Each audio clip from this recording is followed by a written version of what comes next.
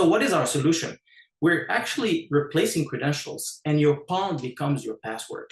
And the reason why we're doing this, because we can provide security and privacy, a frictionless verification that works on any device. Why this is important? Because whenever a business uses our solution, they have access to all the devices, not just certain devices. And that was one of the preconditions we put ourselves before developing anything in the technology, is that we have to create convenience and security on any device, not just certain devices, so that everyone can have access to their accounts like passwords do.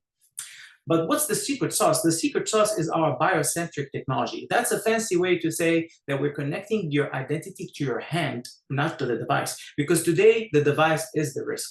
This is where hackers want to get. They want to get to your device, get your files, access them, and use them to hack your accounts.